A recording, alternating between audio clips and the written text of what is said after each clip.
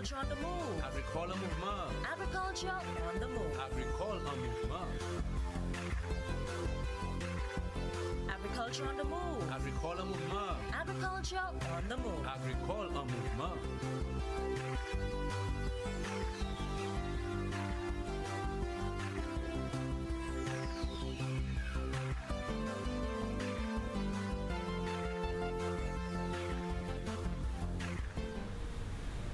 Good day again, viewers. Welcome to the program, Agriculture on the Move.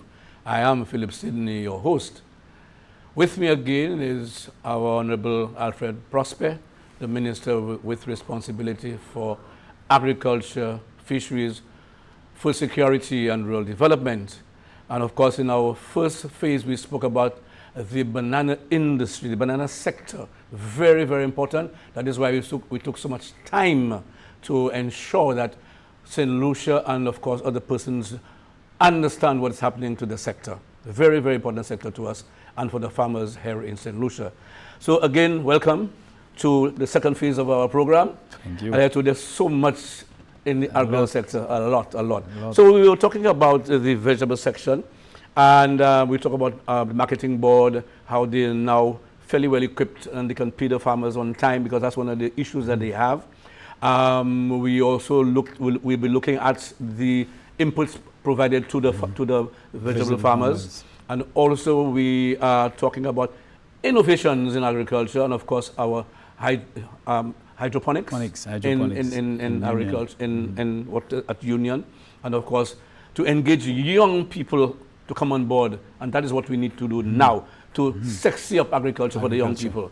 Okay, so let's go back and look at the inputs that were given under the UBEC project to the vegetable farmers. And we said they got fertilizer, they got lime, they got water tanks, and whatever. And they got farm labor. How important are those assistance to those farmers? Well, one, the water tank, I will start with the water tank. Well, the fertilizer, we know the farmers use that regularly because that is what increases yield and production and so on.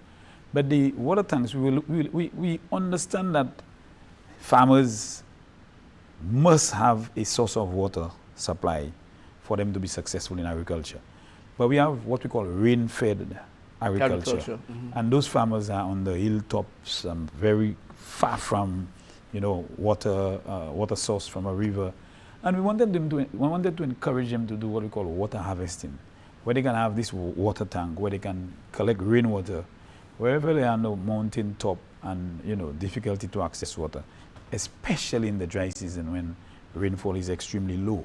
And so we were hoping that we would be able to provide that assistance to the most needy, critical farmers to be able to ensure that in the dry season or during the dry season when production is usually low, extremely low because of low rainfall, farmers leave the hilltops and wait until the rainy season starts. But that would be some level of support for them to continue even in the dry season. We know 2,500 water tanks would not be anywhere near sufficient, but we were targeting the key persons who really needed it most. What I have not seen is the interest from a lot of those farmers as to really wanting the water tanks or really wanting to make effective use of the water tanks. Because a lot of them, you see the water tanks still by their homes and so on. And I really thought they would have been happy to take full advantage of it and take it to their farm and put a little guttering under the shed. And, every time it rains, they collect some water.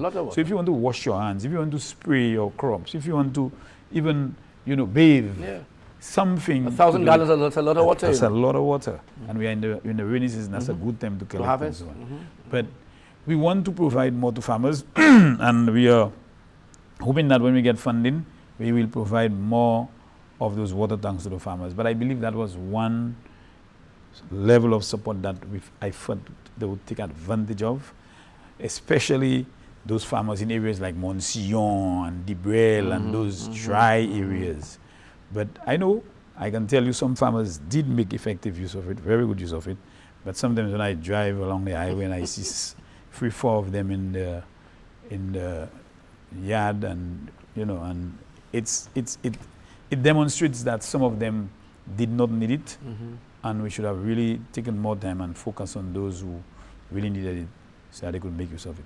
We are moving into the whole new technology in agriculture, and I believe this is how we can attract young people into the sector. As I said earlier, we have an aging farmer population, they are on their way out, and we must create that opportunity, that environment to encourage them to come in.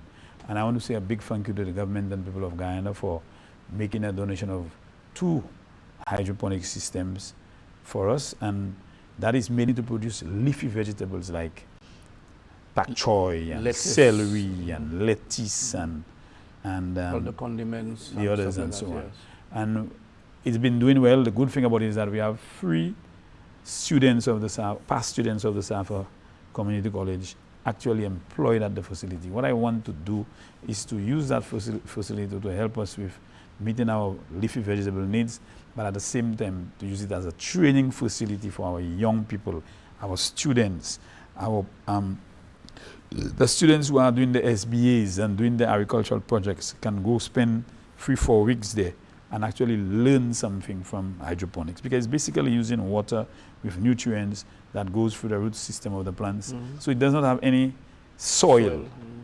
And it's a simple system that can be set up in your backyard, you know, on your house, or somewhere in your yard, not too far away, where you can, all you have to do is to check the system maybe every 2-3 hours to make sure everything is okay.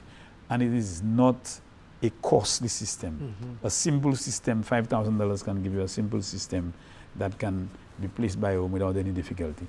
I am hoping that our young people aspiring to become agriculturist farmers, they can take the advantage of that opportunity. I remember going to a facility, this one is aquaponics. That is the one you use the fish waste to provide nutrients for the plants. And the persons for disability? Yes. Disability, I think, yes. I remember attending a lunch, and it was amazing to see the quality of lettuce, you know, being produced through the aquaponic system. These small farming, these farming systems, I think, is a good way to encourage our young people, our school leavers, our women, our youth, to really get into that sector, because it will really help us address our food security, and at the same time encouraging our young people to take advantage of the new technology that is available in it's a agriculture, business, and make it a business venture for them. Because under the youth economy, you remember Yes. at the launching of this, the commissioning of this 2 greenhouse hydroponics at Union, the Prime Minister asked under the youth economy, they can get some funding there. For that, yes. So that is something they can take advantage of, and I believe it is a direction that we need to move in agriculture. Our farmers are very vulnerable to the, the climate change and the impact on the sector, and getting into these new technologies, I believe, is going to really help us address our food security. And you've heard of the tariff that the U.S. government is imposing on us, and that has implications for the agricultural sector, because a lot of our seeds, our pesticides, our herbicides comes from those countries. A lot of our meats, our chicken, our pork, our lamb, and all those things come from the U.S. And we have to prepare, because those tariffs may cause prices to increase and make it more difficult for our consumers. And so this is why our food production plan 2025-2030 is aimed at addressing all those issues in livestock. And I forgot that under the project we brought in a number of new bloodlines: goat, sheep, cows, pigs, yes. And we have started the breeding program, and we are hoping that by end of this year we can have those new bloodlines available for sale to our livestock farmers. But we come to that in a while. But I wanted to finish with the vegetable section, where the government of Guyana is still going to give some more of those hydroponics. They have indicated to us that they are going to provide more to us. So I'm hoping that we can get maybe 2 or 3 more to expand the facility, widen the facility, so it can accommodate more people, and we can increase our production of leafy vegetables. I I'm very happy that the St. Lucia Marketing Board Mhm. is working closely with us, and they have been purchasing the produce from the facility, and that augurs well for us because it means that there is a ready market for the produce. And I look forward to seeing young people there. I want it to be a hub where every time I drive there, every time I see a photo, I can see young people, because I want it to be something that can attract the young people Mhm. and really to encourage them to get in the sector. Definitely. But you don't know how soon we will expand that project, see, island-wide yet? Well, I'm hoping that it can happen as soon as possible, but we have to make a request to the government of Guyana. Guyana to say what amount we want and, Okay. and when we want it. Brilliant. But at the same time, I want to tell you that we have received 2 refrigeration Vehicles, well, not vehicles, containers, containers, okay. where we can use to store our produce. You know, when vegetables are Mhm. Plentiful. plentiful, Mhm.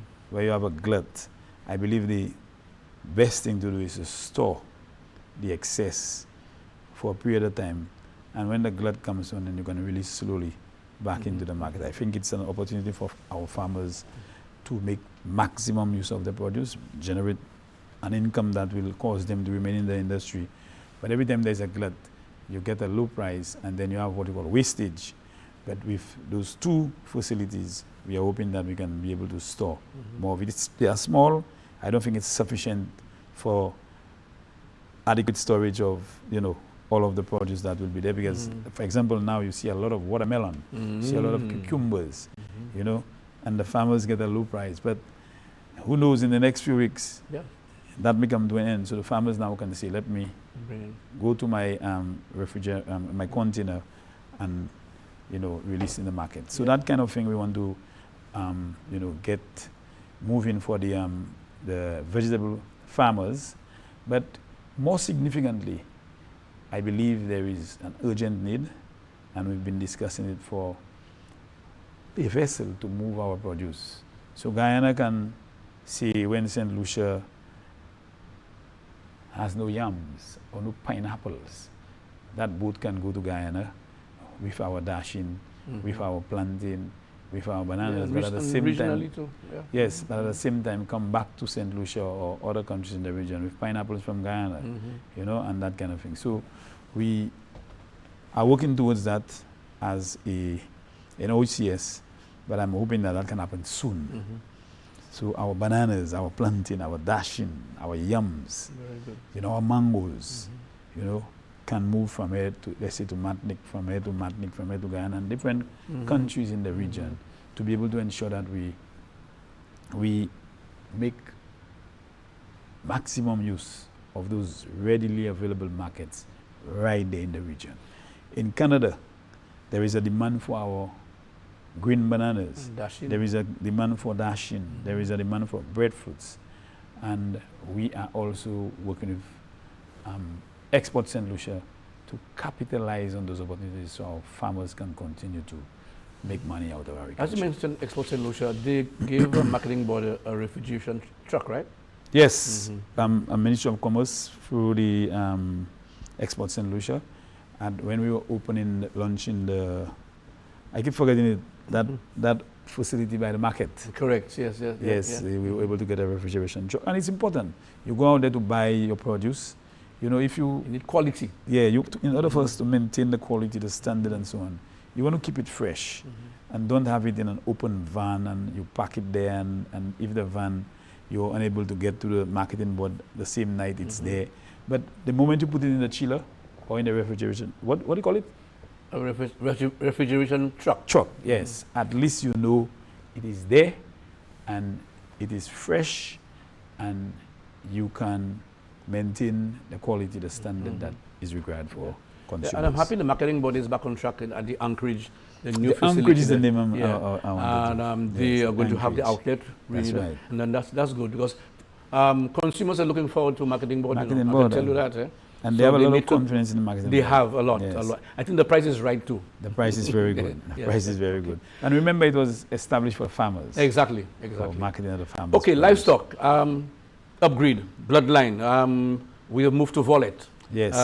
Fortunately, but unfortunately, Yes. we left some good land down in VA4. In VA4. You know, flat land, and then we moved to Wallet, and you know, which is undulating, and we have a lot of challenges there. But of course, we have to make do with what we Yes, have. yes, yes. We brought down about 138. You know, No, it's a blood- little more bloodline? than, it's a little more than 150. yeah, and then we Yes. also have we brought in cows, we brought in sheep, goats, Goat, you know, pigs. pigs. You Yes. know, and they're doing quite well. They're doing very well. And, We had some mortality. A few goats Yes. died. A few, but what hurt me most was the cow. One of the Yes, cows died. yes, I, yes. up to, I'm I not think it's up an to the report. adaptation, from, I think so. yeah, environment. But and we stuff were like we this. were within the mortality rate anticipated Yes. when you There is- actually there bring is- in there is that, animals in there. that percentage. But the thing about Volet is that we are also setting up a, how I forget the name of the thing, An AI lab, a artificial insemination lab. Mhm. And I think we are almost ready to commence that program, but I was told that we're missing some specific gas or something to Mhm. make it happen. So soon we should be commissioning We should be Wallet. eh? commissioning, and we want to commission Volet. There's a lot happening in Volet. We have a lot of buildings putting up, rabbitry, and a lot of other buildings that we are hoping will be able to help us increase rapidly our livestock production there, and to really encourage young farmers and other farmers who are in livestock to be able to get their new bloodlines so they can improve their stock and so on. Great. I Mhm. believe that I must say it's a sad situation now with not being able to use or make available the The abattoir Abattoir, in yeah, yeah, Beaufort. yeah. Because the whole intention was for us to set up the abattoir, for us to be able to do a lot of the slaughtering of the animals there. And the program under the UBEC was to really increase production so farmers would not have any difficulty selling the animals Mhm. to the management at the abattoir. Mhm. But what I have been discussing with some people from overseas, the possibility of getting what you call the movable abattoir Okay. or the containerized abattoir, because you know, I do not like to see people just coming, standing, using a tree, hanging animals and slaughtering animals. It's not Yeah, that's healthy. archaic, eh? Yeah, not It's healthy. not healthy. Healthy, and I was told that we can get the ones that are movable, the containerized ones. So if you want it in Odessa today, you can drive it to Odessa. If you want it in Mac next day, you can drive it in. I believe we need to, work on that, because it's really not a nice scene to see how animals are being slaughtered by the roadside and in poor conditions on the trees and so on. But I'm really happy with where we are with livestock. I just hope that the AI lab will help us expedite the whole breeding process Upgrade the of bloodline. animals and to upgrade them and to make them available in large quantities in a lot short space But of it's time. the sad thing, though, that meat processing facility in V4 was just not an abattoir. It was a meat processing facility. Yeah. So we were doing And this was slaughtering just- and yes, processing they and would a do range of other things. production. And Yes, and sadly, it's sad to see that go. that, And I think could we not use need it. to aim for that again. Eh? Yes. I think we need to do that. That is sad, and a lot of the equipment went Yes, missing, there's rusted. so- That's and a lot of them it, rusted that's and it. so on. The other sad thing now is the problem with the stray animals. Yes. And let me tell you, about 4 years ago, I would say about 6 years ago, we had that problem. We tried to address it. I mean, I can remember I did a few public service announcements.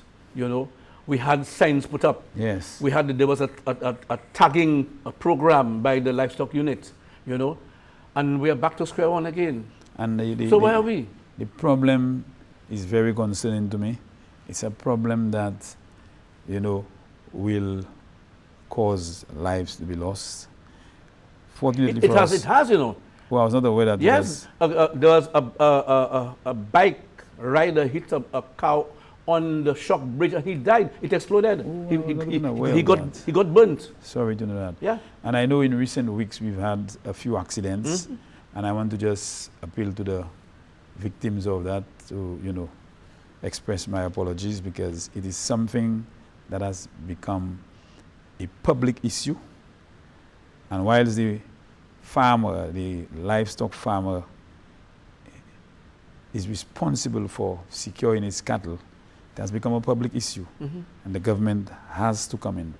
We have identified lands in Kokoda, and as we speak, we are upgrading the fencing for those animals to be moved across to Vieux Fort. I know there is a guy with almost 50 or more cows, and I've had dialogue with him on a number of occasions, and he's more than willing to move across, and I'm hoping that soon from now, very, very soon, we can move some of those animals to a secured site in Vieux Fort. So it has now become a Ministry of Agriculture business. There is a Ministry of Agriculture business, although the Animal Act gives power to the police to, impound and to, do what is necessary to have the owner pay. But that is one problem that we need to deal with urgently, and we are in the process of doing that. But I'm being told that there are about 6 to 7 cattle owners in the area. Quite a few. Yeah. But we are going to start with the larger one, which is Clinton. Yeah. And he's very cooperative. He's more than willing. He has gone to the site in Vieux Fort to see the site, and he's very happy with it. Okay. And soon from now, we will be moving across. That should be solved as soon as possible, at the soonest. This is very worrisome. Okay, worrisome, yeah. Yes. The fishing sector, fisheries. Good news for the fishing sector. Definitely. Tell us. The fishing sector got or benefited from the World Bank project. We provided new ice machines to the fishing sector. We upgraded most of the fisheries facilities, and if you go to Dennery, you'll see the fencing, you'll see the lighting and so on. And in Dennery, I am just I had a discussion with my PS recently, and we are going to build a new locker room on the fishing port, because we have 2 locker rooms totaling 40 rooms, and we have almost 100 boats. So we are in the process of identifying a site on the fishing port in Denver for a new locker room. We provided training to more than 100 boat fishers in boat master training, and we provided over 400 grab bags to fishers around the island. As a matter of fact, tomorrow we will be handing over grab bags to the fishers in Canneries and Ancillary. And this is good, because we believe that the fishers are playing a very important role in terms of our food security, especially food nutrition, and the high risk that they take every day. It is important that we continue to provide them that support. We had Fisherman's Feast in Dennery. We celebrated Fisherman's Feast in June, and that was one way of recognizing their achievements, and that is something that we have to always consider. The Prime Minister, sometime in Soufrière, about 2 months ago, made mention that he's concerned about the unavailability of a pension scheme for the fishers, and he has given the cabinet the directive to come up with a proposal, and he has already, or he's going to allocate $350,000 each to commence a pension scheme for our fishers. It is bad. It is not a good thing to hear or see a fisher who has spent most of his life going to sea, and when he reaches that point where he cannot do it anymore, he has nothing to get from NIC to take care of his bills, to take care of his family. I believe it is something that is important, and I'm working towards making that happen for our fishers. Definitely. Under the UBEC, we are going to provide more assistance in terms of lighting for the fisheries facilities. We are going to provide quite a lot of support under the UBEC, the second phase of the UBEC, for the fisheries sector, because I believe that they deserve it. New ice machine, we had 10 new ice machines. We've installed most of them, And for the people of Viewfort, the fisheries facility in Viewfort, the government has allocated $900,000 EC to upgrade the facility, the markets, the provision of lighting, painting, improvements of the stalls, and a range of things that the fishers think that needs to be addressed. That we had a community meeting there in July, and they were all happy. And soon from now, we'll see work commencing on the fisheries facility in Viewfort. We have done quite a bit for the fishers, but I really want to see this pension scheme take off for the fishers, because I think, and I do believe, that they deserve it. There is a program, a big project, Fish Adapt. Adapt, yes. And that is a project funded by the GCF, Green Climate Fund, yes, in the tune of 40-something, 45, thereabout $1 million EC. And it has really helped our fishers upgrade the facility, they upgrade the fisheries facilities, look at insurance, and a range of other activities that would benefit the fishers and the fisheries sector. It's a 4-year project, and I do hope that will help us solve a lot of the challenges, a lot of the problems that we face in the fisheries subsector. There are 2 other projects that are coming on stream. One is the Tricro project, and of course, then the Cocoa project. Yes. I think there's so much more, but we are time constrained. But as we move on towards the end, I'm sure you could not have done it alone. I'm sure you would like to speak to your PSs, your deputy PSs, and unit heads. So as we're about to end, I'm very grateful and thankful for the entire staff of the Ministry of Agriculture, especially my heads, Kemwell, my PS, my deputy PS, even Barrymore, who spent more than 3 years with me. And he played a very important role in development of the sector and ensuring that those projects are well implemented. I look forward to working with my team, especially the extension services, where we can do more engaging of the farmers, work closer with the farmers to be able to provide that service that the farmers really, really rely on them for. I see a quick transformation of the sector, and that is necessary if we have to ensure that we remain food secure and to reduce the level of imports of our food, a lot of the food that we can grow or produce locally. But I want to thank everybody. I want to thank the Taiwanese people, the Taiwanese government for the 7 crops, people like Adeline, Wilson, and all those, Clemmer, everybody else who's been attached to that program. It has done wonders, and it will continue to do wonders, because when you provide weed eaters, water pumps, fertilizer, irrigation lines, and a range of products to farmers at a subsidized price, this is a clear indication that we are serious about the sector. And I want to thank the ambassador and the team for the support they have provided to the ministry, the government. But I want to thank everyone in the ministry. Forestry, I know that is where I spend most of my life. I know we can talk everything about agriculture.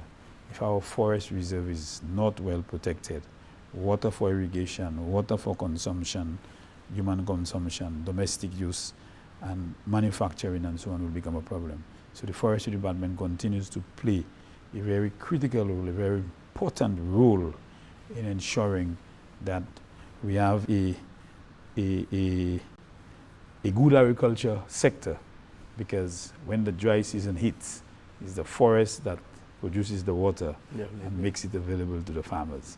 So I want to say a big thank you to all my heads, all WIN, and the farmers too, officer, our farmers, and everybody in the sector. I must say, we've done well, but let's continue to do even better. Mr. Minister, thank you for being here. We have come to the end of the program. I wish you well, and of course, there's so much more. A lot. The ministry has done the entire day. So thank you again for being here. You've been watching Agriculture on the Move. Thank you for viewing the program. And remember, agriculture is our business. Eat fresh. St. Lucia's best. I'm Philip Sidney saying goodbye and see you again. Thank you, sir. Thank you very much, Mr. Sidney. Yeah, man. Yes. We didn't even have time to put a little Creole on it. We didn't even mention a little Creole. You did. Agriculture on the move. Agricole mouvement. Agriculture on the move. Agricole mouvement. Agriculture on the move. Agricole mouvement. Agriculture on the move. Agricole mouvement.